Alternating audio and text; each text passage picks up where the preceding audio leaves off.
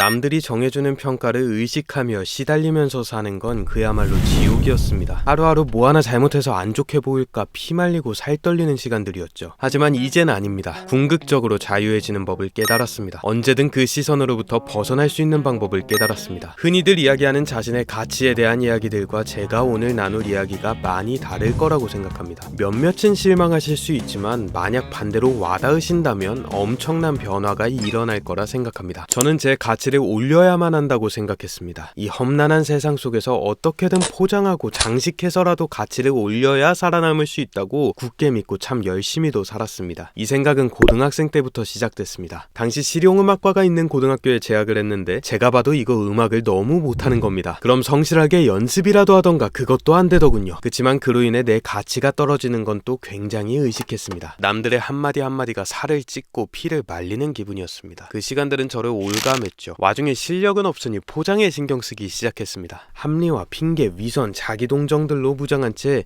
책임지지도 못할 말들을 내뱉으며 하루하루들을 살아갔습니다. 이게 진짜 무서운 악순환인 게 그렇게 말들을 내뱉고 나면 그걸 책임져야 한다는 생각에 압박감은 심해지고 받쳐주지는 못하는 실력과 성실함에 결국은 동굴 속으로 들어가 버립니다. 시작과 직면이 두려워 끝내 숨어버리는 거죠. 더 고통스러웠던 건 스스로에 대한 평가에도 그리 신경을 썼습니다. 애써 스스로를 높게 평가하려 했습니다. 자존감을 높게 하려 노력한 거라고 보일 수 있지만 제가 봤을 때 솔직히 그건 현실 도피와 책임 회피를 위한 교만과 객기에 가까운 자기 최면이었죠. 당시엔 세상이 그렇게 시키기도 했습니다. 나를 잘 팔아야 한다고, 나는 시장에 내보낼 제품이라고, 다들 그런다고, 어떻게든 포장한다고, 절대 약점을 드러내지 말라고, 드러내는 순간 물어뜯긴다고 말입니다. 지금 와서 생각해보면 이건 어느 정도 맞는 말입니다만 물어뜯기고 끝이라는 엔딩까지 포함한 말은 아닙니다. 정답인 엔딩이라기보단 정답인 과정에 가까운 말이라고 생각합니다. 무슨 말이냐고요? 차근차근 풀어보겠습니다. 저는 하나님 앞에서 모든 걸 인정하고 겸손해지는 것, 그리고 그의 평가를 의식하는 것만이 가치평가라는 장르 자체에서 벗어나게 해주는 유일한 길이라고 생각합니다. 남의 시선을 의식하는 것도 자신의 가치를 높게 평가하는 것도 아니라 여러분의 가치 자체를 평가하지 않는 겁니다. 그건 언젠가 하나님께서 평가하시고 재판하실 그날에 대한 월권이 될 수 있습니다. 내가 지금 어느 정도 위치에 있는지 가장 잘 봐줄 존재는 남도 나도 아닙니다. 인간만큼 왜곡된 시선이 어디 있겠습니까? 한 가지 주제를 가지고도 무궁무진하게 시선이 갈리는 게 인간 아닙니까? 우리가 그리 욕하는 범죄자가 부모님이라면 다른 범죄자처럼 아무런 감정 없이 욕할 수 있겠습니까? 스스로의 실수와 남의 실수를 정녕 똑같은 자세로 평가할 수 있습니까? 물론 대단하신 분들은 그리도 가능할지 모르겠습니다만 적어도 제 인생에서 제가 그럴 수 있는 일은 없었습니다. 최선의 공평은 있었을지언정 완벽의 공평은 단 한 번도 없었습니다. 그렇기에 크리스천이라면 남은 물론이요 스스로의 가치평가 또한 자체를 논해선 안 된다고 생각합니다. 우리는 평가해 주실 하나님의 권리를 인정해야 합니다. 그리고 하나님의 평가를 높이 받기 위해 노력해야 합니다. 그 높이 받는 방법이 이미 성경에 있더군요. 너무 많아서 어디서부터 이야기해야 할지 모르겠습니다. 누가복음 14장 7절 11절 상좌에 앉지 마라. 요한복음 12장 24절 미랄은 떨어져야 열매 맺는다. 야고보서 4장 10절 하나님 앞에서 스스로 낮추면 높여주실 것이다. 베드로전서 5장 6절 하나님의 능하신 손 아래에서 스스로 낮추라. 그리하면 때가 되어서 너희를 높이시리라. 잠언 29장 23절 사람이 교만하면 낮아지게 되고 마음이 겸손한 자는 존귀하리라. 누가복음 1장 52절 곧 권세 있는 자를 그 자리에서 내리치시고 비천한 자를 높이셨도다. 욥기 22장 29절 사람이 낮아졌을 때에 일어나리라 하라. 여호와께서 비천한 자를 구원하시리라. 성경은 낮은 자리로 가는 우리를 들어올려 주시는 하나님의 역전의 승리 방식이 많이도 나와 있습니다. 감히 조금 예상을 해보자면 이것은 예수님의 승리 방식 자체이기 때문이라고 생각합니다. 그야말로 버려진 돌 같으나 머릿돌이 되셨다고 표현할 수 있는 승리 방식 말이죠. 생각해보면 세상 만사가 그렇습니다. 열매 맺기 위해선 씨앗이 떨어져야 합니다. 돌이 던져져 물에 뜨기 위해선 한 번은 가라앉아야 합니다. 올라가고 싶다면 낮아져야 합니다. 이걸 알고 나니 제가 지나온 시간들이 이해되기 시작했습니다. 무시할래야 무시할 수 없이 나를 쫓아왔던 스스로의 무능함, 그 녀석을 끌어안고 지내야 했던 몇 년간의 시간들이 말입니다. 저는 누구도 상상할 수 없을 만큼 교만하기에 그것 꺾고 정답이 실제가 되게 하시려고 이해할 수 있도록 해주시려고 그 그 시간들을 걷게 하신 것 같습니다. 이어져 왔던 무능함으로 나의 평가 속에서도 남의 평가 속에서도 실패했기 때문에 하나님의 평가 외엔 도망칠 곳이 없게 되었습니다. 그렇게 도망친 하나님의 평가 자리에서 그가 신이시고 지금도 내 옆에서 역사하고 계시다면 제가 감히 뭘 숨길 수 있겠습니까? 스스로가 무능하다는 걸 인정할 수밖에 없게 되었습니다. 어디 무능한 뿐이겠습니까? 모든 죄악들이 인정될 수밖에 없었습니다. 무능함은 그저 자체만으로 깔끔하게 떨어지는 녀석이 아닙니다. 그것이 하나님께 매달리는 이유가 되지 않는다면 그로 인해 발현되는 수많은 죄악들이 있습니다. 보여지는 능력은 물론이고 스스로를 통제하는데도 무능하다면 게으름을 어떻게 피하겠습니까? 정욕을 어떻게 피해가겠습니까? 분노를 표출하거나 어리석음을 드러내는 걸 어떻게 피하겠습니까? 무능함이라는 뿌리를 인정하니 모든 것들이 인정되기 시작했습니다. 그치만 그러고 나니 그제서야 자유와 하나님이 보이기 시작했습니다. 여기서 아까 인트로 때 말한 엔딩이 아니라 과정이라는 말이 나옵니다. 이건 제가 한 선교사님의 설교 말씀을 듣고 깨달은 부분입니다만 전적으로 동의하기에 한번 인용해 보겠습니다. 약점을 인정하면 세상과 내 죄악된 시선은 스스로를 틀림없이 물어뜯습니다. 집요하게 물고 넘어집니다. 그치만 그 속에서 하나님을 의지한다면, 그런 저를 쓰시는 하나님을 목격한다면 판이 180도 뒤집힙니다. 로마서 11장 29절이 하나님께서는 쓰셔도 후회 없을 사람을 처음부터 골라서 쓰시는 게 아니라 어떤 사람이라도 선택하시면 기어코 후회 없게 세우시고 사용하신다, 그걸 보여주실 거라는 그의 자신감의 메시지라고 하시더군요.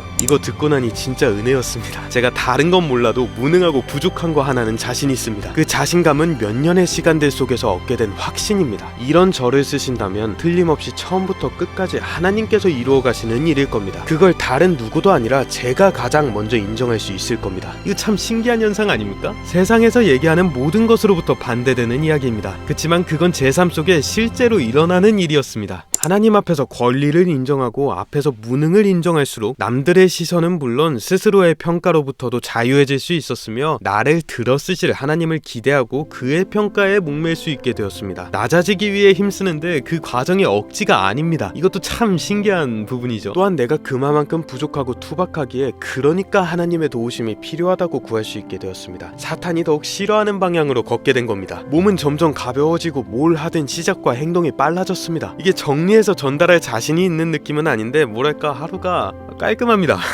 느글거리고 끈적거리는 게으름과 합리화가 없습니다. 그것들이 찾아올 때면 그렇기에 하나님께서 도와주세요 라는 반격 가능한 무기가 생긴 겁니다. 언제 실패할까 두렵지 않습니다. 이미 실패했으니까요. 그런 저를 하나님께서 어떻게 사용하실까 라는 기대가 있을 뿐입니다. 노래 부르다가 악기 하다가 삑사리가 날지언정 최선을 다해 매달리게 된 겁니다. 내 노력을 내가 평가하지 않고 하나님께서 평가해 주실 테니까 결과에 상관없이 태도에 집중할 수 있게 된 겁니다. 말도 안 되는 자유의 시작입니다. 그래서 오늘도 투박하지만 나눕니다. 부족해도 선보입니다. 제가 오늘 나눈 메시지를 제가 하루 속에 아무런 실패 없이 유지할까요? 아니요, 전혀요. 지금조차 늘 실패하고 남의 시선 신경 쓰고 스스로를 평가합니다. 뿌리부터 무능하니까요. 그치만 답을 알고 있으니까 결국 다시 정답으로 돌아오게 됩니다. 돌아올 곳을 알고 있으니까 언제 또 길을 잃을까 염려하지 않습니다. 여러분 함께 합시다. 함께 낮아지고 함께 인정하고 함께 자유로워집시다. 다시 한번 말씀드리지만 이리도 부족한 저를 하나님께서 쓰신다면 그건 전부 하나님께서 하신 일이 분명할 겁니다. 제가 보증하겠습니다. 그리고 과정을 남기겠습니다. 저라는 인간을 하나님께서 쓰셔서 뭐라도 바뀐다면, 단 한 명이라도 하나님 앞에 긍정적인 영향을 갖는다면, 그 과정이 영상으로 남아있다면 저보다 비교도 안 될 만큼 유능한 여러분은 더욱 빠르게 가고 빠르게 확신할 수 있을 거라고 생각합니다. 정답이 말씀이라고 말입니다. 불안할 거 없다고 말입니다. 안 해보고 안 된다고 말하는 것과 해보고 말하는 것은 큰 차이가 있습니다. 제가 먼저 해보겠습니다. 뭐라도 해보겠습니다. 하나님께서 어떤 일들을 펼쳐주실지 궁금해서 가만히는 못 있겠습니다. 만약 저와 같은 분이 한 분이라도 계시다면 구독 부탁드립니다. 같이 가시죠. 예,